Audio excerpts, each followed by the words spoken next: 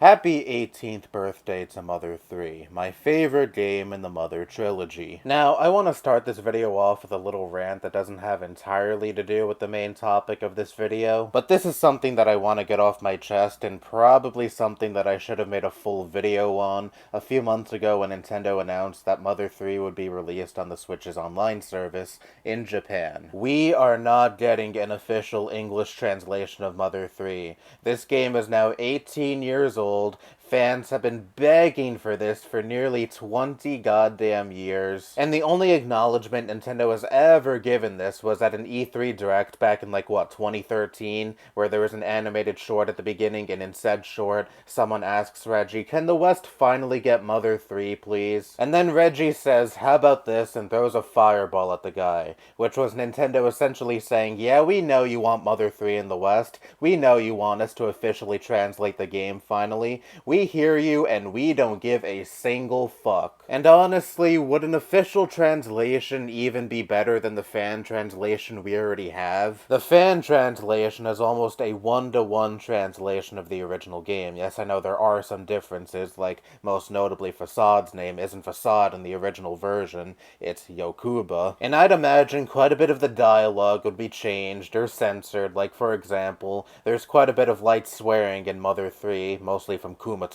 The dialogue can be pretty heavy at several moments in the game, and not to mention there's quite a bit of spicy jokes and moments in this game that would absolutely not fly in a Nintendo game here in the West. Don't struggle, just endure it. If you know, you know. And there's also multiple different avenues to play this game these days in English. With emulation, you can play this game on a computer, or a laptop, or a Steam Deck, or a modded Wii, Wii U, 3DS. Thanks to EU legislators, Apple now allows video game emulators right on the App Store. So now even iOS users can enjoy this game right on their iPhones. Or if you're like me and you're just a nerd for that authentic experience, or at least as close to an authentic experience as you can get playing Mother 3 in English here in the West, you can buy a repro card and actually play the game on a GBA or a DS or the GameCube via the Game Boy player, which is how I personally play the game. I bought 2 repro cards for like $4 a few years ago, and they both still work perfectly fine. They save with no problem. But all in all, you are probably never going to get an official translation from Nintendo. I'm happy to be wrong, but that's just the way things seem to be right now. There are so many different and accessible ways to play the fan translation at this point. There is really no excuse not to play it if you are interested in playing it. But anyway, preamble over. I made a similar video to this back in 2018, which was back when I first played Mother 3. Back then, I said that Mother 3 was better than EarthBound, but I feel I jumped the gun a little bit, because I had only played Mother 3 once at that point. Meanwhile, I already played EarthBound countless times. But at this point, I have played Mother 3 several times. My latest playthrough was about a month ago, and now I can safely say that yes, I do prefer Mother 3 over EarthBound. First, I want to talk about story and characters, because I feel this is Mother 3's biggest strength. A lot of people say they prefer EarthBound over Mother 3 because Mother 3 doesn't have that sense of grandiose adventure like EarthBound has. Mother 3 is far more linear because a majority of it takes place on one island, meanwhile in EarthBound you're presumably traveling across country. EarthBound has multiple different towns you visit, each with its own unique conflict for you to resolve, and each with a plethora of NPCs for you to interact with, all with witty and enjoyable dialogue. Meanwhile, almost the entirety of Mother 3 takes place on one island, and in several instances in the story, you loop back to the same village, Tazmily. But honestly, I prefer Mother 3's linear style, and the fact that much of the game revolves around one village allows me to care more for Tazmily than I did for any of the towns in EarthBound. Because in EarthBound, once you finish a town and move on to the next, that town doesn't really serve any relevance to the plot anymore. There are some occasions in EarthBound where you do have to travel to a town you're at previously, like for example, there's a Your Sanctuary location in Forside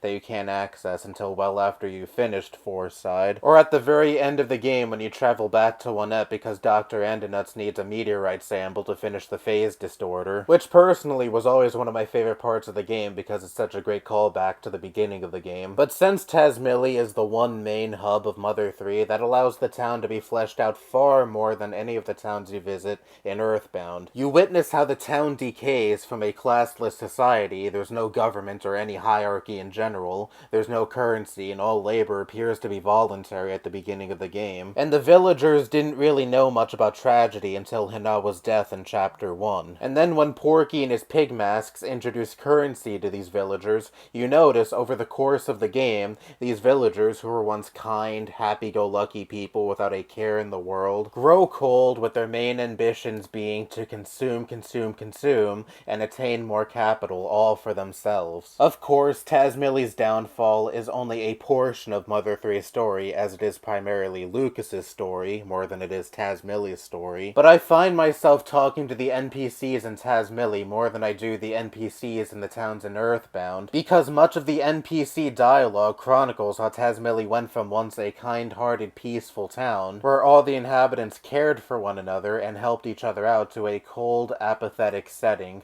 where all of the villagers only care about greed and consumerism. As funny and witty as a lot of the NPC dialogue in EarthBound is, and trust me, I am not trying to bash EarthBound's dialogue, a lot of it is fucking great, I just find myself caring more to read what the NPCs in Tazmilly have to say, because there is an active story being told with Tazmilly and the villagers in Tazmilly. And honestly, I've always just preferred more linear games. More open games have always kind of overwhelmed me. This isn't to say I'm opposed to games such as open world games. I like quite a few open world games, actually, and I do love the exploration in EarthBound. But sometimes the bigger world can overwhelm me. That's why I don't like playing multiple open world games back to back. There's not just one main story for you to focus on, but there's also side quests and side stories for multiple different characters, and it can be a lot for me to take in. That's why I appreciate games like Mother 3 that don't overwhelm me with so many different side stories and side quests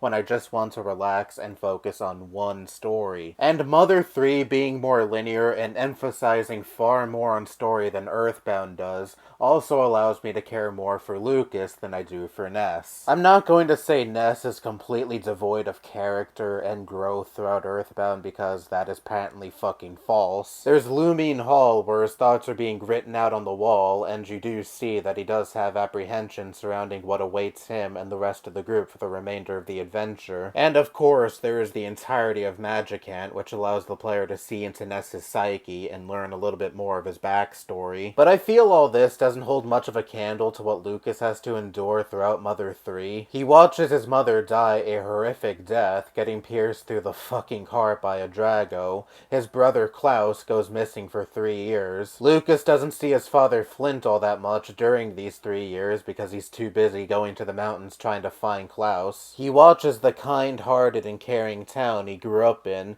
become blinded by greed and consumerism over time. He's tasked with the weighty responsibility of pulling 7 needles to wake up a dragon that's sleeping under the island, and the certainty surrounding what happens after the event is completely up in the air. It's safe to say that Lucas is kind of dealt a shitty hand in this game. But all of this makes me really care about Lucas's journey. It makes me really appreciate the growth his character receives throughout the duration of the game. In the first half of the game, before the time jump, he's constantly lambasted for being a sensitive crybaby who wouldn't hurt a fly. He goes from this to being a courageous young man who has the fate of the entire island he grew up on resting on his shoulders. And I guess it also helps that Lucas has way more dialogue than Ness had in EarthBound. Of course, Lucas still isn't the most talkative character ever in a video game, but we still have a better grasp of what his personality is like than we do with Ness. This, coupled with all of the tragedy he faces that we witness, makes me feel more of a connection to Lucas than I do with Ness. Ness's growth is more of the sense of he was just an average kid before his big adventure, and now he is a courageous young man. Lucas's is, as stated previously, he was a very sensitive kid prone to crying a lot, and was very sheltered, but in the wake of all of the tragedy he has had to face, he perseveres through all of it, because he never allows himself to lose sight of what is his responsibility.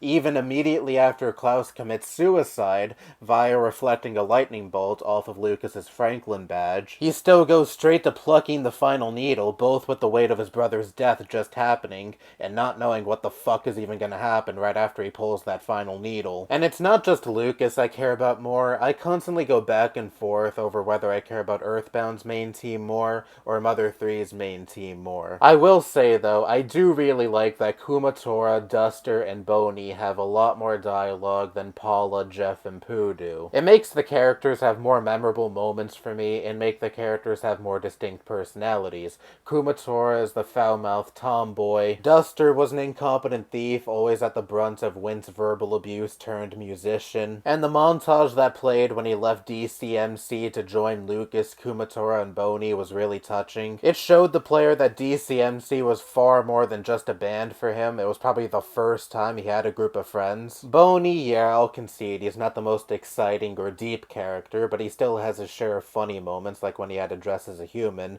to get into Club Titiboo. But I will say, though, you're with EarthBound's group, especially Paula and Jeff, far longer than you're with Mother 3's group. For the first half of Mother 3, there's no established main group, you're just bouncing from one character to the next each chapter. And it's only chapter 5 and 8 where you're with the main four throughout the entirety of the chapter. For much of chapter 7, you're separated from Kumatora and Duster, but then again, EarthBound swipes Paula away from you in the department store in Forside, and also swipes Pooh away from you not long after he joins your group. Really didn't like those instances. But yeah, character-wise, hands down, I prefer Mother 3's main group. In EarthBound, I'd say the one with the most personality is Jeff. I also believe he's the one that gets the most dialogue out of the four. You also see more of his backstory than you do Paula and Pooh's backstories. He's a timid genius who lives in a boarding school with a friend Tony who thinks very fondly of him, we'll just keep it at that, with a neglectful father who is also a very famous scientist, Dr. Andonuts. But anyway, I really touched up on story, character, and setting in this video because I think that's really what Mother 3 has over EarthBound. When it comes to gameplay, a lot of it is much of the same, so I don't have too much to say in this part of the video, but still, there are some quality of life changes that Mother 3 introduced that I really like. Let's start off with the fact that Mother 3 has a run button. Thank you, Lord. Mother 1 had a run button. Yeah, sure, it was technically a button that just made the game run at a higher speed, but still, it had a button that made you go faster. EarthBound replaces the run button with either a bicycle that Ness can ride in Tucson before Paula joins the group, so a very short portion of the game. So after that, the bicycle is completely fucking useless. I still love Ness's facial expression, though, when he is on the bike. Or there's skip sandwiches that only replace like, what, 5 HP and makes the group go faster for like 10 seconds. Oh, but there's also Skip Sandwich Deluxes that makes you go faster for a little bit longer. And then right after that, you're moving at the same sluggish speed again. For me, the Skip Sandwiches aren't even fucking worth it. They don't replenish that much HP. You don't move fast for that long. So Mother 3 bringing back the run button and completely ditching the Skip Sandwiches is a much appreciated addition to the game, and I'm sure plenty of other people out there agree with me. Second, key items having their own screen and not taking up inventory space.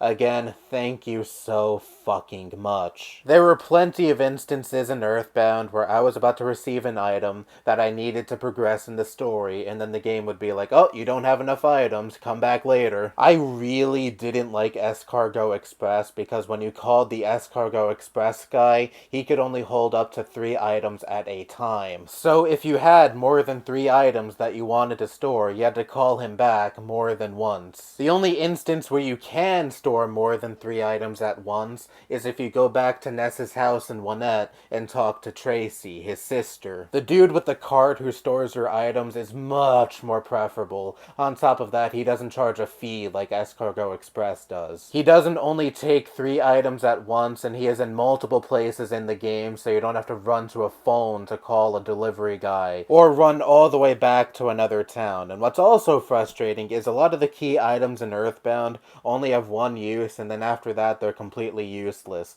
Like that one item that lets you see in deep darkness. You use that item to light up deep darkness, and then that's it. You don't use that item ever again, at least not in the main story. I don't think there's any other instance where you use that item. But you can't just discard it because the game tells you it's an important item, and therefore you can't throw it away. but I just fucking used it and I don't need it anymore. So this is just taking up inventory space. So I have to go back to a phone, and bear in mind, in deep darkness you're moving so fucking slow because most of your body is submerged underwater. And then call up Escargot Express, wait for the delivery guy to arrive, and then give the item to him. And even when you store it in Escargot Express, it is taking up space because there is actually a cap in how many items you can store. I already made a whole video about why I don't like EarthBound's inventory system a few years ago. It was me ranting about the monkey caves, and that devolved into a huge tangent about how much the inventory system in EarthBound is kinda ass. So to keep myself from rehashing everything I said about that video in this video, I'll just refer you to that video if you want to hear more. The last quality of life gameplay change I'll touch up on is the combo system. Now, I don't really have too much to say about the combo system because I personally suck ass at it, so it doesn't really help me out that much. But basically, if you're performing a melee attack and you mash the attack button in tune with the song that's playing during combat, you can potentially get up to 16 combo hits on an enemy or a boss. A downside to playing the game on an emulator is supposedly there's input lag, making the combo system really fucking hard to master on an emulator. For me, that's no problem because again, I play on a Game Boy player, official hardware. I think the best combo I was ever able to achieve was 6 hits. Yeah, laugh at me all you want, I don't fucking care. And that wasn't even intentional, I was just incessantly mashing the A button because I have a tendency to do that with turn-based RPGs. Perhaps that's a big reason as to why I suck so much at the combo system, but honestly, I don't really care all that much. I have played the game so many times without mastering the combo system, and it doesn't make the game any harder for me, so whatever. I just know there are a lot of people who love the introduction of the combo system, and I can definitely understand why, so I felt it was worth mentioning in this video. But anyways, yeah, that's why I prefer Mother 3 over EarthBound. A 10+ minute video on this channel? Unheard of. But I just love these two games a lot, so I love talking about them a lot whenever I get the opportunity to, especially Mother 3. Of course, I by no means think that EarthBound is a bad game. I have played it countless times. I wouldn't have played it countless times if I didn't like it. I still think the game is an absolute masterpiece, with some flaws, of course, namely the monkey cave. The less I think about that portion of the game, the better. I just think that Mother 3 is a little bit more of a masterpiece. And again, I felt that video I made all those years ago talking about why I felt Mother 3 was better than EarthBound back then jumped the gun a little bit because the excitement of playing the game for the first time still hadn't worn off. And I feel that now, after having played Mother 3 several times since then, I am in way more of a position to explain why I feel Mother 3 is the better game out of the two. And yeah, Mother 1 is cool too, I guess. Admittedly, I don't really care for that game all too much. Didn't hate it, but don't love it either, like I do with the other two. But overall, this is just a fantastic franchise, one of my favorite video game franchises of all time, and hands down my favorite RPG franchise, and I look forward to replaying EarthBound and Mother 3 countless more times for the remainder of my life. Anyway, that's all I have to say. Bye-bye.